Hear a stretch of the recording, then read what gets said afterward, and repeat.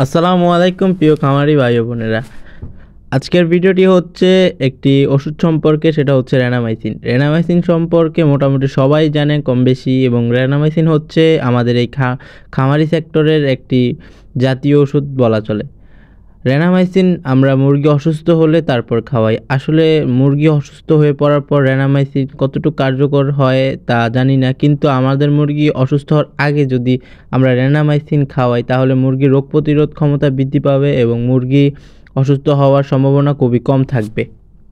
আপনাদের মুরগি যদি অসুস্থ হয়ে যায় সেক্ষেত্রে অসুস্থ মুরগির ক্ষেত্রে রেনামাইসিনের পরিমাণটা বাড়িয়ে দিতে হবে, এবং যদি সুস্থ মুরগিকে রেনামাইসিন খাওয়াতে চান, যেমন প্রতি মাসে যদি একবার করে রেনামাইসিনের একটা কোর্স করাতে চান, তাহলে আপনাদের ওষুধের পরিমাণটা কিছুটা কম লাগবে, এবং এই কম ওষুধ খেয়ে মুরগির রোগ প্রতিরোধ ক্ষমতা বৃদ্ধি পাবে।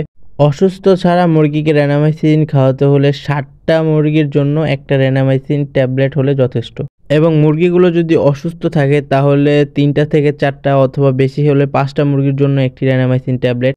আমার 21টা মুরগি, তাই প্রথমে 2টা ট্যাবলেট নিয়েছিলাম এবং শেষে আরও একটি ট্যাবলেট গুঁড়ো করে নেওয়া হয়েছে এখানে। একটা বিষয় সবসময় মাথায় রাখতে হবে, রেনামাইসিন সবসময় গরম ভাতের সাথে আমাদের মিক্স করে খাওয়াতে হবে। কখনো ঠান্ডা ভাতের সাথে রেনামাইসিন খাওয়াতে যাবেন না, কারণ রেনামাইসিন ঠান্ডা ভাতের সাথে প্রপারভাবে সম্পূর্ণভাবে মিশে না, এবং গরম ভাতের সাথে সুন্দরভাবে মিশে যায়, এবং গরম ভাত মুরগি খেলে মুরগির কোনো অসুবিধা হয় না।